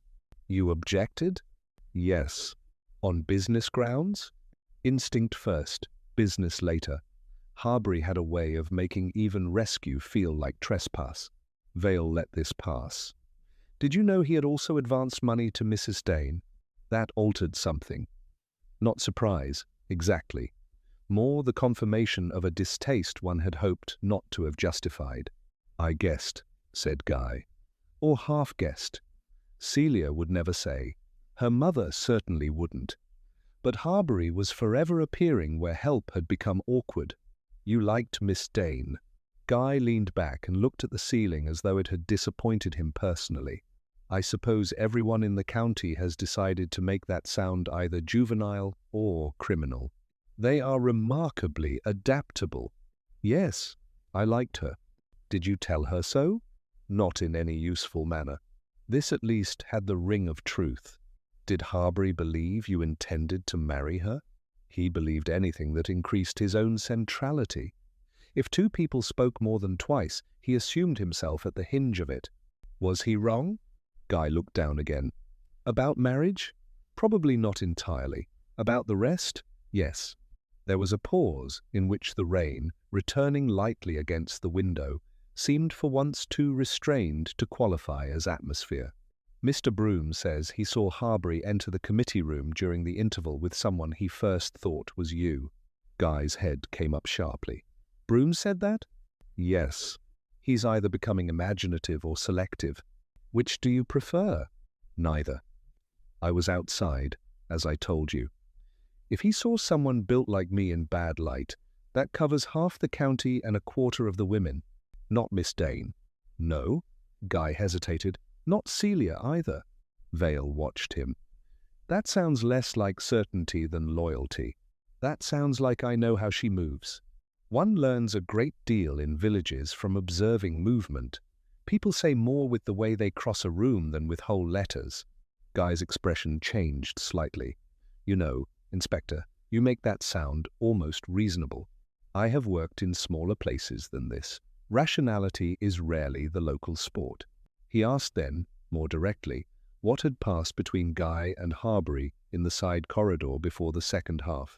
Guy answered without much ornament now.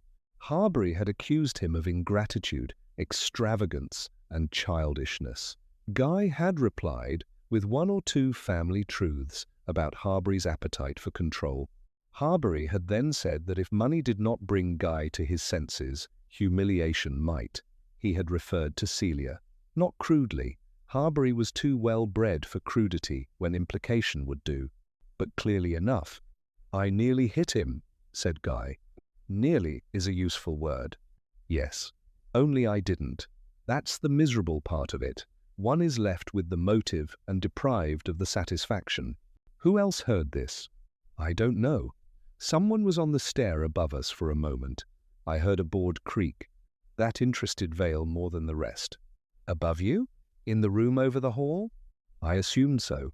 The old place creaks like moral judgment. Did Harbury notice? If he did, it didn't stop him. Vale made no note. He had found that not writing was occasionally more disquieting than ink. And after you went outside? I smoked. Walked a little. Considered leaving the county. Then the lights went out. I saw movement in the side window, shadows only. When the lights came back, I could hear the music starting again and thought, Guy stopped. Thought what? That if Harbury had decided to talk, any room I entered would become an accusation.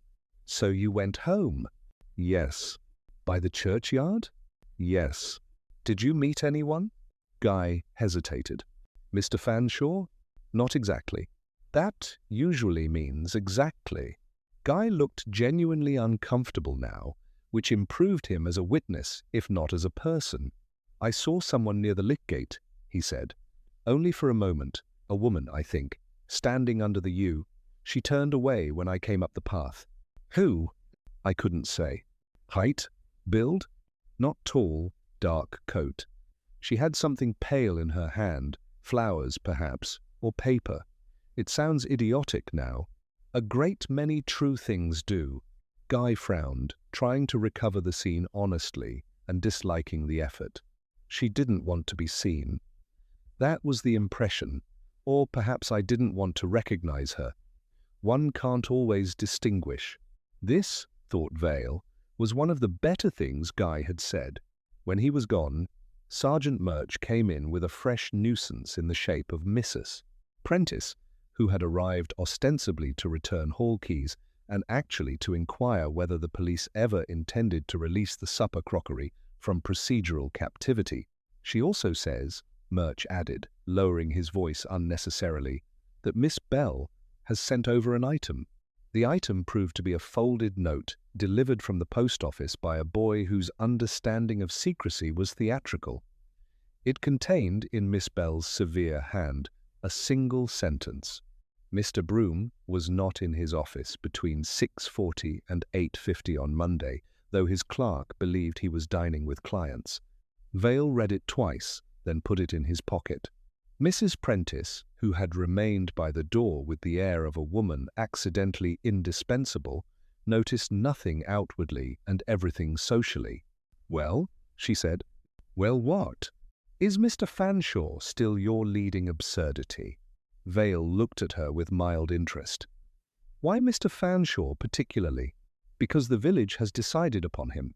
Villages always prefer the explanation that confirms their previous irritation. That is almost philosophy. It is housekeeping, said Mrs. Prentice. One keeps a place tidy by knowing where to put blame. And do you put it elsewhere? She considered this as if it were less a question than a test of manners. I put it, she said at last, where motive has had time to become respectable. That is generally where the worst things begin. She left with the keys and a controlled rustle of skirts, taking her judgment with her like a folded umbrella. Vale stood for some moments after she had gone, looking at the covered mirror in the vestibule through the open door. Its sheet hung straight and pale in the dim light, giving away nothing. Yet the room retained the faint, oppressive sense of having been watched, if not by the mirror, then by all those people who had looked past one another into its surface and seen only what suited them. The question of Guy Fanshaw, he thought, was no longer whether he had killed Felix Harbury. It was why so many people had found him useful, as the answer before the question itself had been properly asked. Mrs. Prentice maintained that if a meal had been ordered, paid for, and partly prepared, then Providence was not to be permitted the last word, merely because a murder had occurred in the interval between soup and pudding. This view was not universally admired, but it was difficult to oppose in practice. By Friday, therefore, a small luncheon took place in her dining room for those whom she described as the most immediately inconvenienced, a phrase which managed to include sympathy while withholding sentiment. Inspector Vale was invited on the pretext that the vicar could not attend without another male presence, and the solicitor had been asked in connection with the stalled fund accounts. In fact, Mrs. Prentice wished him there because she had the sound village instinct that people under strain revealed themselves more reliably over cold chicken than in interviews. The party consisted of Mrs. Prentice herself, Dr. Helen Worsley, Miss Bell, Mrs. Fanshaw, Mrs. Dane, Celia Dane, Ned Broom, the Reverend Bale, and Inspector Vale. Ursula Craddock had declined on the ground that she never ate in company unless there was either music or a corpse. Mrs. Denton had not been asked, which improved the room at once. The dining room overlooked a square patch of lawn and a walnut tree which had never properly forgiven the war. The table was set with silver slightly too good for parish life, and glasses intended to remind people that the Prentices had once entertained magistrates. Mrs. Prentice herself stood at the head of it in dove-grey silk, looking as if she had been born to supervise discomfort. The first 10 minutes were given over to soup and weather, with all the determined triviality of civilized people aware that larger subjects were sitting down among them, uninvited. The rain had eased. The butcher's boy had fallen off his bicycle into the stream. The church roof could not possibly wait until Easter. Not one of these matters interested anybody present. Celia sat between Helen and Miss Bell, and spoke only when addressed. Mrs. Fanshaw, opposite her, behaved with a grave courtesy that was not maternal and not hostile. Broom, beside Mrs. Dane, attended more to her glass and plate than to his own, which did not go unnoticed by Mrs. Prentice, Miss Bell, or the inspector. The vicar, who had been placed between Helen and Mrs. Fanshaw, looked as if he had been told to read grace over a powder magazine. Vale said very little. He had found that luncheon tables often conducted their own inquiries, if not interfered with. The first crack in the surface came over the fish. "I hope," said Mrs. Prentice, in the voice of one making a practical remark while actually testing load-bearing beams, "that Mr. Harbury's papers may soon be disentangled. It is impossible to proceed with the accounts otherwise." Broom laid down his fork. "I am doing what I can," he said, though Harbury kept a regrettable number of private memoranda. Mrs. Dane, who had eaten almost nothing, looked up. "Letters?" she said. Nobody replied immediately. "Some letters," Broom amended. Mrs. Dane's face altered by less than a degree, yet enough to show she knew she had said too much and too exactly. Mrs. Prentice passed the potatoes. Helen took them. Miss Bell declined them with the air of a woman refusing moral compromise. Vale said mildly, "Did Mr. Harbury make a practice of preserving correspondence?" Mrs. Dane looked at her plate. It was Mrs. Fanshaw who answered. "Men who advance money to women generally do," she said. "They call it order." The vicar nearly dropped his fork. Mrs. Prentice, who never spilled anything, continued serving. "That is a very ugly way of putting it." "It is an ugly business," said Mrs. Fanshaw. Celia did not move. though the hand resting beside her glass tightened once against the cloth. Broom's gaze went to her and then away so quickly that only someone already watching would have noticed. Vale noticed. The conversation drifted after that into a discussion of the concert proceeds and whether the restoration fund could in decency retain money raised on the evening of a murder. Mrs. Prentice held that the roof was innocent and should not suffer. The vicar thought some symbolic gesture might be proper. Helen observed that dry rot was unlikely to be comforted by symbolism. Miss Bell said that if the money were returned, several people would claim to have given more than they had. This, while bleak, was persuasive. Through all of it, one subject remained absent. No one mentioned Guy Fanshaw. It was not merely that his name did not arise. His entire existence was skirted with such unanimity that the omission became louder than speech. If Guy had truly stood at the centre of things as the village had chosen to suppose someone at such a table must have referred to him, whether in pity, exasperation, or warning, Mrs. Fanshaw would have done so out of pride, Mrs. Dane out of discomfort, Celia under protest, Miss Bell from correction. Yet the luncheon passed from fish to chicken without his name crossing the cloth. Vale, who trusted omissions more than declarations, began to find this interesting. After the chicken, when the servant had withdrawn and Mrs. Prentice was helping to pudding with an air of moral endurance, Helen said, "The police will think me impertinent, but I still believe the lighting failure matters less than people suppose." "Why?" asked Vale. "Because it offered convenience, not courage. Whoever killed Harbury did not strike in the dark. The dark only muddled the after-behaviour." Broom glanced at her. "That is a comfortingly clinical view." "It is not comfort," she said, "only sequence." Mrs. Prentice set down the pudding spoon. "I wish," she said, "that people would stop speaking of the act as if it had been committed by a weather system. Somebody chose." "Yes," said Mrs. Fanshaw, very quietly, "but not necessarily for the reason the rest of us were invited to assume." The silence that followed was not social. It had direction. Celia looked up then, not at her mother, nor at Broom, but at Mrs. Fanshaw. For the first time since Vale had met her, something like direct feeling showed in her face. Not affection, not relief. Recognition, perhaps, or the weary gratitude one gives a stranger for speaking the truth without naming it. Mrs. Dane saw it too. Her spoon touched the rim of her plate with a very small sound. "Honoria," she said, "this is scarcely—" "No," said Mrs. Fanshaw, "scarcely anything ever is." Mrs. Prentice, who objected to scenes but admired accuracy, did not intervene. Vale said, "Assume what, exactly?" Mrs. Fanshaw turned to him with her usual composed severity. "That my son and Miss Dane were the useful story. They were the one provided. Felix liked stories that made younger people look foolish. It kept older people obedient." No one contradicted her. Broom's hand moved an inch towards his glass and stopped.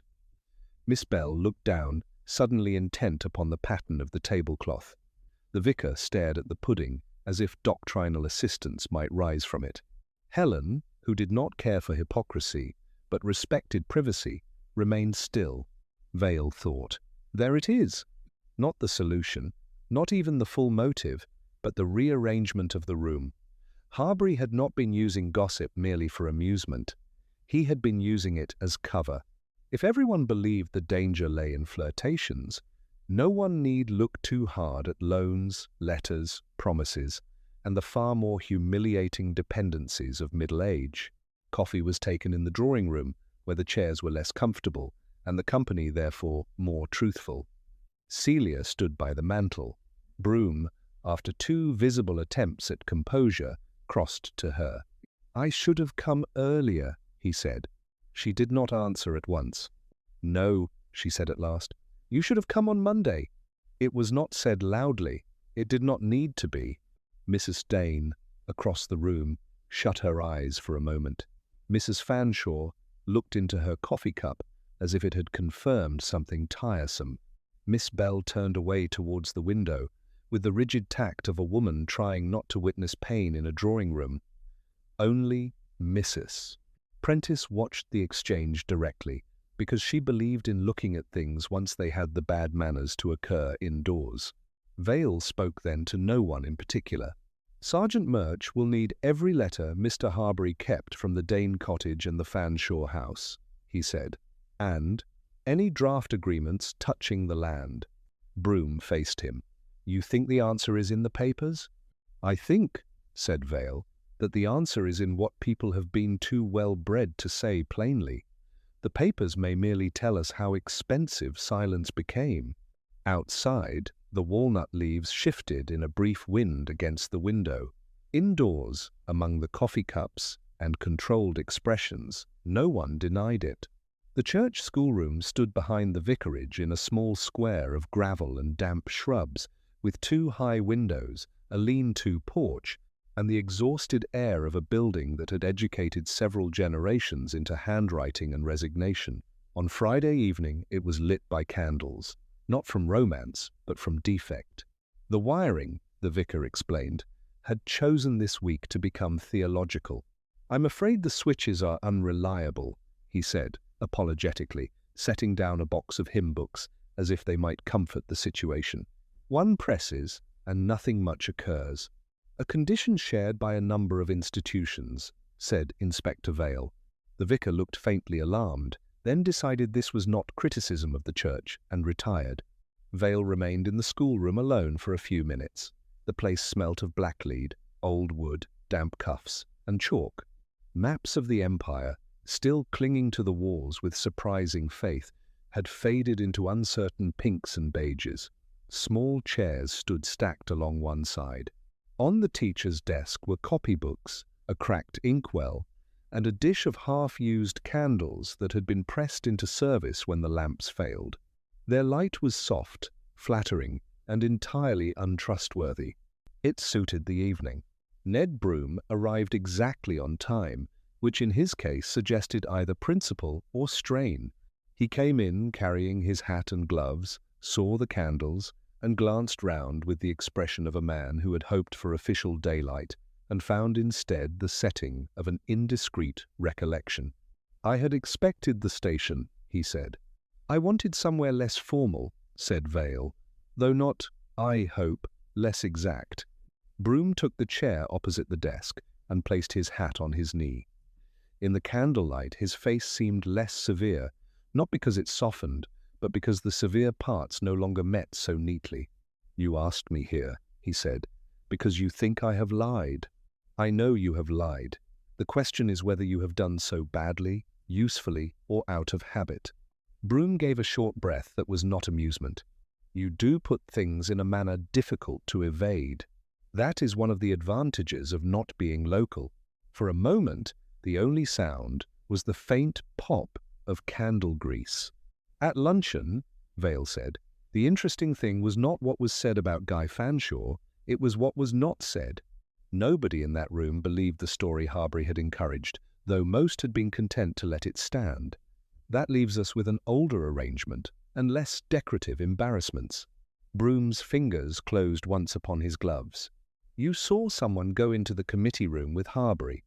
First you implied it was Guy, then you amended that to a woman. Both were evasions." "Yes." "Why?" Broom looked towards the dark window where the candlelight showed only a dull sheet of glass and his own faint outline. "Because," he said at last, "the truth would have become vulgar within an hour. Truth usually does. In villages, Inspector, it does so with curtains open." Vale waited. "It was Mrs. Dane," said Broom. "Not Celia, not Guy, Eleanor Dane." The words, once spoken, seemed to improve the room by making pretense more difficult.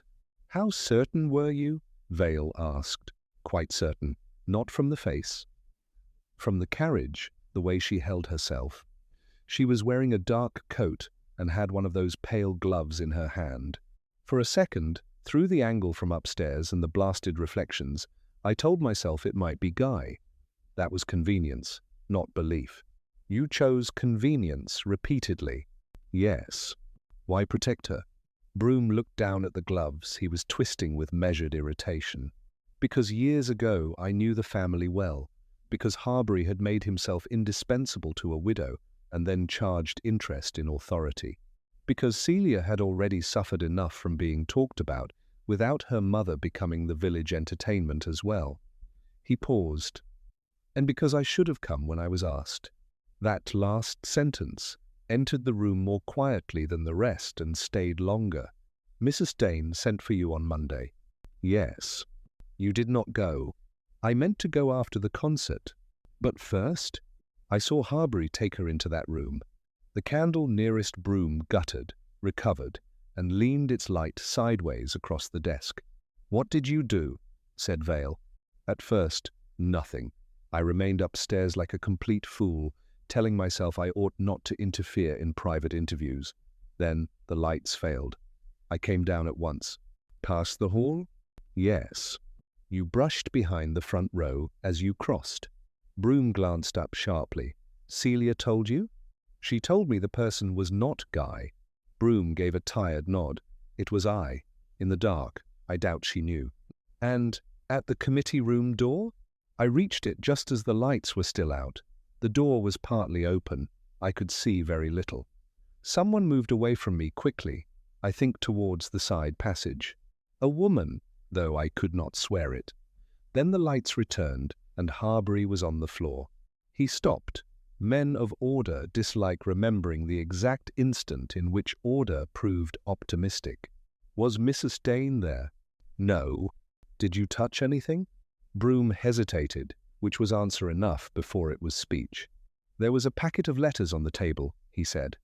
Tied with blue ribbon, absurdly enough. I knew at once what they were, or whose. I took them. To spare her, to prevent them being read by every constable in Buckinghamshire. That is a sentimental description of tampering.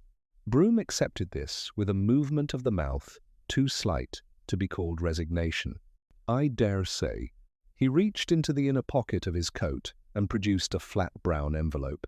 It had been handled carefully and too often. I brought them. Vale took the envelope, but did not open it immediately. Did you think Mrs. Dane had killed him? Broom considered. I thought, he said, that if she had, I understood more than I wished to.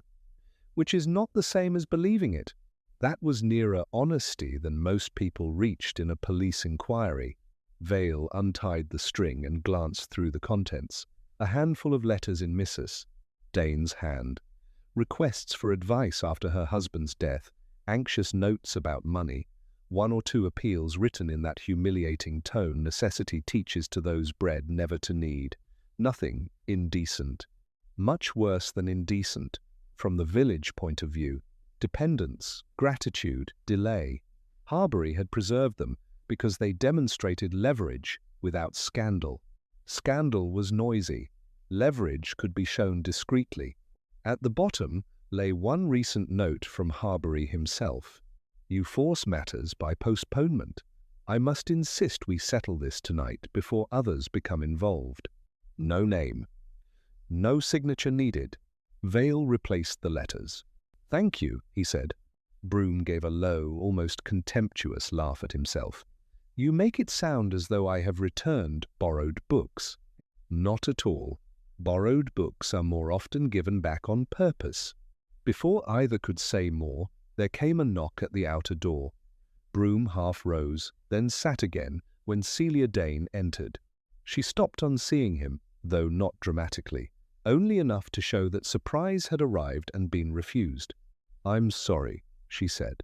Mr. Bale said you wished to speak to me, Inspector. Yes, please come in. Broom stood now, hat in hand. I should go, he said. No, said Celia, before Vale could answer. You may as well stay. We are all late already. She took the other chair by the desk. In the candlelight she looked older than her years, but not weaker, rather as if tiredness had at last ceased to ask permission. I know why you asked me, she said. Because of the mirror. Vale said nothing. I saw my mother, she said. Not directly, in the glass. She crossed behind me during the interval, and went towards the committee room. That was why I kept looking there. Not because of Guy, not because of any of the nonsense people prefer. I knew Mother had gone after Harbury, and I knew if anyone else had noticed, they would tell it wrongly before supper was over. Broom closed his eyes briefly. Whether in relief or pain, it was difficult to say. "Why did she go?" asked Vale. Celia's hands were folded in her lap so tightly that the knuckles showed pale in the candlelight. Because Harbury had written to her that afternoon. He meant to force the land arrangement through, and because he had threatened me as a convenience to do it. Did she tell you that? No. Mother tells me very little when it matters most.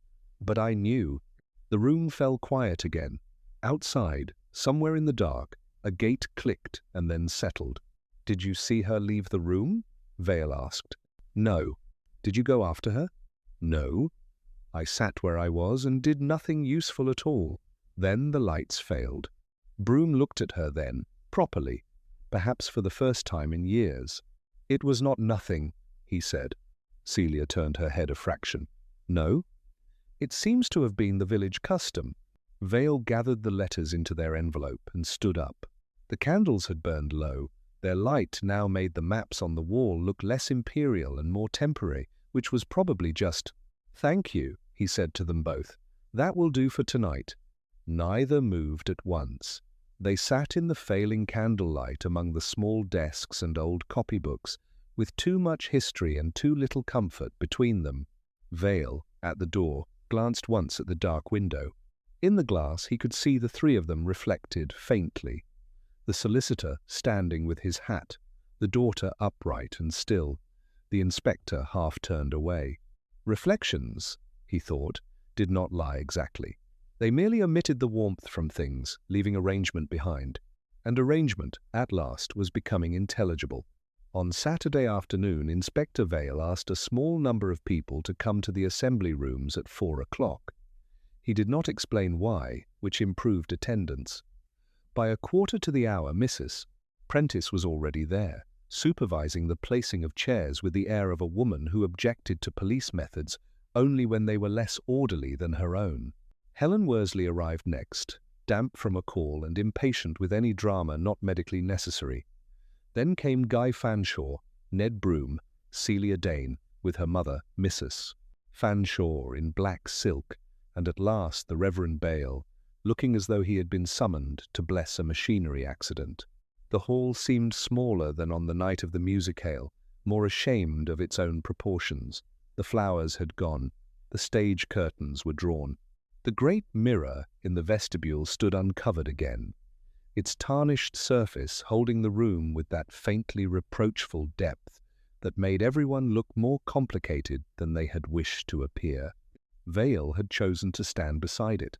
"I am sorry," he said, "to bring you back here, but it seemed preferable to concluding the matter in installments across the village, where accuracy has never been a native strength." No one answered. Even Mrs. Prentice, who generally preferred to improve openings, let this pass. "For several days," he went on, "most of Wychford has assumed that Felix Harbury died because of some entanglement among younger people. Mr. Fanshaw and Miss Dane were made to carry a good deal of that theory, chiefly because it was decorative and because it spared older people embarrassment. It was also false." Guy, leaning one shoulder against the wall, looked down at the floorboards with something approaching relief. Celia remained very still. Mrs. Dane's gloved hands were folded one over the other so carefully that the care itself was visible. "Harbury encouraged that falsehood," said Vale. "He did so because it concealed the real arrangement. He had made himself useful to two households at moments of weakness. He lent money. He advised. He preserved letters. He altered that most English of social transactions help into a form of tenancy." Mrs. Fanshaw gave the smallest inclination of the head, as if to say that at last someone had used the proper word. "In the Fanshaw case," said Vale, "he meant to gain control over the land through a trust variation dressed up as rescue. In the Dane case, his leverage was more private and therefore more effective. Mrs. Dane had written him anxious letters when her husband died and money became difficult. Harbury kept them, not because they were sentimental, because they were useful.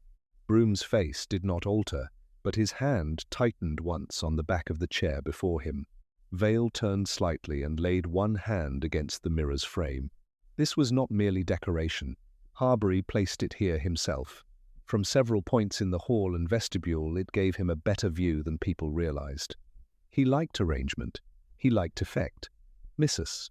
Prentice said as much on the first evening, though she did not intend to assist the police by doing so. "I rarely intend it," said Mrs. Prentice.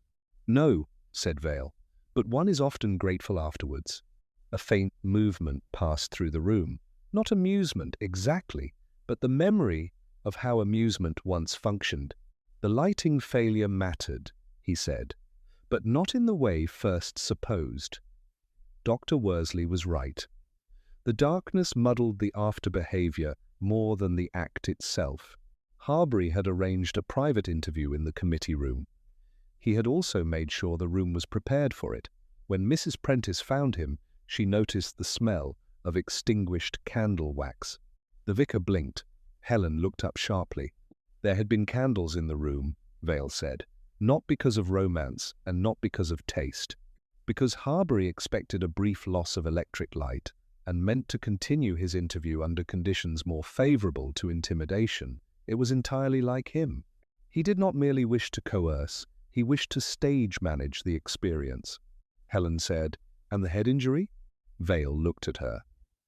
"One of the brass candlesticks from the mantel. It was not there afterwards." Mrs. Prentice's inventory was excellent, though delayed by more urgent concerns. "I always make an inventory," said Mrs. Prentice. "Yes," said Vale. "Civilization depends upon you." This time there was the slightest dry stir among them. Even Guy smiled once and let it go. Vale's voice altered almost imperceptibly. Mrs. Dane went to Harbury in that room because he had insisted upon settlement that night. He meant to force the land arrangement through and, if necessary, to use Miss Dane's reputation as a convenient spur. Miss Dane knew her mother had gone to him because she saw her in this mirror. Mr. Broom, from the room upstairs, also saw enough to understand danger and too little to act in time. During the blackout, he came down, passed behind the front row, and found Harbury dead. He then made himself useful in the wrong way by taking the letters. Broom said quietly, "Yes." "No," said Vale, with equal quietness. "In a human way. Wrong, but not incomprehensible." He let that settle before turning fully towards Mrs. Dane. "When you came into the committee room, Mrs. Dane, Harbury showed you the letters and the proposed papers. He told you, I imagine, that delay had ended. And when you begged for your daughter to be left out of it, he made the mistake of speaking of her as though she were merely another pressure to apply." No one moved. Mrs. Dane lifted her head. Her face had gone very pale, but not with collapse, rather with the withdrawal of all remaining pretense. "Yes," she said. The word was so slight that several of them seemed to lean towards it. "He had frightened me before," she said, "for myself, for the house, for money. Those are contemptible things to be frightened about, but there they are. One goes on being polite because the alternative is to admit dependence." He counted on that. Her eyes did not leave Vale's now. Then he began to speak of Celia, not crudely. Felix was too well-bred to be crude when he could be insinuating. He said villages were always ready to believe that a girl had encouraged what men preferred to imagine. He said Guy could be made to look ridiculous and Celia worse, and that if I were sensible I should spare her all that by agreeing at once. Celia's face changed then, though only to those already watching. It was not surprise. The pain of hearing one's worst knowledge spoken aloud is different from discovering it. "I took the candlestick," said Mrs. Dane. "He was standing by the table. I do not think he believed I would do anything with it. I scarcely believed it myself, but he smiled." She stopped. No one urged her on. The room had gone very quiet indeed. "When I struck him," she said, "it was not anger, Exactly. It was the end of being handled. Mrs. Fanshaw closed her eyes for one brief moment, as if in assent to a truth she would never publicly endorse. The vicar looked at his hands. Guy had straightened from the wall and was staring not at Mrs. Dane, but at the floor between them, with all his lightness gone out of him. "I blew out the candles," Mrs. Dane said after a moment. "I do not know why. Habit, perhaps. One tidies even then. I left by the side passage when the lights failed. Near the lit gate I think I saw Guy, but I turned away. Later, I burnt the glove I had wrapped round the candlestick and threw the candlestick itself into the old pond at the Red House." Helen said nothing. She did not need to. Broom spoke at last, and his voice was lower than before. "You should have sent for me sooner." Mrs. Dane gave him a look in which 30 things might once have been said, and none now could usefully be. "I did," she said. That was all. Vale remained where he was beside the mirror, not theatrical, not triumphant, merely patient in the presence of what had at last become plain. "Sergeant Murch is outside," he said. "He will make the necessary arrangements. I am sorry." Mrs. Dane rose. For a second, Celia seemed about to move towards her, then did not. It was Mrs. Fanshaw who crossed the room first and, without display, took Mrs. Dane's hand for an instant in both of hers. It was not comfort exactly, it was recognition. The mirror held them all. The widow in black silk, the other widow pale and upright, the daughter motionless by the chair, the solicitor with his head bent, the handsome young man suddenly reduced to youth, the doctor grave, the vicar useless and kind, Mrs. Prentice indignant on behalf of order and perhaps of women generally, and the inspector off to one side, already becoming less central than the truth he had arranged for them to face. What the mirror had revealed in the end was not a secret action but the shape of a village's evasions. People had seen what suited them: youth, flirtation, imprudence, all the bright foolish explanations that keep darker humiliations decently covered. Only when those coverings wore thin had the real face behind them become visible. Sergeant Murch entered quietly. Mrs. Dane turned once to Celia. "My dear," she said, and could say no more. Then she went with him. No one spoke for several seconds after the door closed. The room, relieved of suspense, felt not lighter but more exact. At last Mrs. Prentice said, with controlled bitterness, "Felix Harbury always did confuse usefulness with possession. It was as near an epitaph as he was likely to receive in Wykeford, and perhaps the fairest." Vale looked once more into the old glass, saw only the tired room and those left standing in it, and then reached up and drew the dust sheet back over the mirror.